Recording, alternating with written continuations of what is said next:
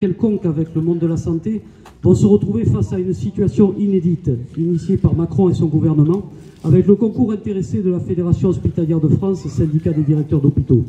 Être suspendus sans salaire tant qu'ils ne répondront pas à l'obligation vaccinale partielle instaurée du 15 septembre au 15 octobre inclus. Que vous soyez jardinier, infirmière, secrétaire ou ASH, vous devrez vous plier à cette injonction si vous souhaitez continuer à être payé. Le côté inédit de la chose ne vous a pas échappé et témoigne de la fébrilité du gouvernement à 8 mois des élections, mais aussi de sa capacité surhumaine à monter des lois perverses, alors que l'on les aurait plutôt attendues efficaces pour améliorer notre système de santé. Car créer une suspension financière qui n'est pas considérée comme une sanction au sens commun du terme et qui ne peut donc pas être contestée, montre bien l'objectif ultime de M. Véran et de ses sbires, faire baisser la tête des soignants et continuer la casse entamée par Mme Bachelot en 2007 avec la loi HPST. 20 mois au milieu du Covid ne leur ont rien appris. Les élections municipales créatrices de clusters, aux rames de métro bondées et à l'incroyable supercherie des masques qu'il fallait mettre ou pas en fonction des stocks, on a pu mesurer la terrible impréparation et l'incompétence de nos gouvernants. La ministre de Santé de l'époque, Agnès B, est d'ailleurs mise en examen par la Cour de justice. L'on s'est dit que peut-être, du quoi qu'il en coûte aux applaudissements du 20h, un semblant de prise de conscience des besoins aurait pu naître. Que nenni.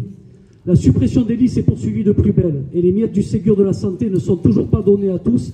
Et je pense là à nos collègues médico-sociaux qui ont maintenant 1 an de retard sur les agents du sanitaire pour le complément de traitement indiciaire, mais qui sont considérés comme des soignants lorsqu'il s'agit de suspendre leur salaire. Quant au pass sanitaire, puisqu'il faut bien en parler, il n'aura fallu que quelques jours pour qu'il soit retiré de l'obligation dans les hypermarchés, probablement parce que les Muliez pour Auchan, Bompard pour Carrefour ou Leclerc pour Leclerc ont su rappeler à Macron quelle main le nourrissait. Nous n'avons pas ces moyens. Les héros d'hier sont devenus les salauds d'aujourd'hui. Ils ne penseraient qu'à eux et pas à leurs patients. Le pays, les collègues, les syndicats et les familles elles-mêmes se sont déchirés pour savoir qui avait raison. Nous n'avons pas cette prétention. Nous n'avons rencontré que des collègues angoissés face à l'obligation vaccinale et nous n'avons ni l'envie ni la compétence pour les juger. Certains d'entre nous sont pour la vaccination, d'autres sont contre, mais nous nous rejoignons sur notre opposition à l'obligation vaccinale et au pass sanitaire.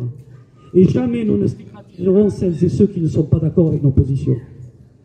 Nous, syndicats Sud Santé Sociaux, 65, affirmons simplement avec force que retirer le fruit de leur travail à des personnes qui ont maintenu en première ligne la cohésion sociale au risque de leur santé et de leur vie est simplement criminel. Tout à l'heure, nous irons avec nos camarades de la CGT rencontrer les représentantes du préfet et de l'ARS. Vous savez qu'au-delà de l'obligation vaccinale se pose le grave problème de l'offre de soins dans le département avec la fermeture de services à leur mot et l'incertitude autour des urgences de tout le département. Pourra-t-on encore se soigner dans un département où les recrutements sont difficiles et où de plus on suspend sans salaire des soignants actifs? C'est une question qui mérite d'être posée. Je vous remercie.